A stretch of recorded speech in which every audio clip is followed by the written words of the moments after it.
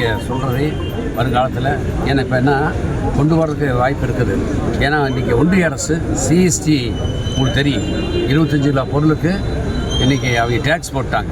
இல்லாட்டி இப்போ அரிசியை கையில் கொண்டு போய் வீட்டுக்கு கொடுக்குறோம்னா ஒரு பாக்கெட்டில் கொண்டு போய் கொடுத்தா தான் அது சரியாக இருக்குது.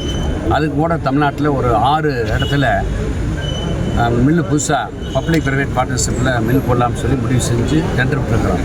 தஞ்சாவூரில் 2 மில்லு, திருவாரூரில் 2, கடலூரில் 1, தேனியில் 200. அந்த தஞ்சாவூர், திருவாரூர், கடலூரில் ஒரு நாளைக்கு 500 மெட்ரிக் டன் அரைக்கின்ற விதத்தில் அந்த அரிசியை அரைச்சி பாக்கெட்டில் போட்டு கொடுக்கலாம்னு தான் நாங்கள் முடிவு பண்ணோம். ஆனால் இன்றைக்கி ஒன்றிய அரசு 25 கிலோ பேக்கிங்க்கு சிஎஸ்டி வரி போட்டாங்க.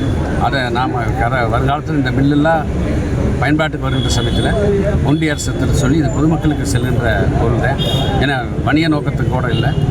அதனால் அப்படி பாக்கெட்டு போடுவதற்கு ஒன்றிய அரசு அனுமதியை கேட்டு அவர்கள் கொடுத்தால் அந்த வருங்காலத்தில் அதை மாண்புமிகு முதலமைச்சருடைய அரசு கண்டிப்பாக அதை பரிசீலனை செய்து வீடுகளுக்கே அந்த பொருளை கொண்டு சென்றால் அளவும் கரெக்டாக இருக்குது.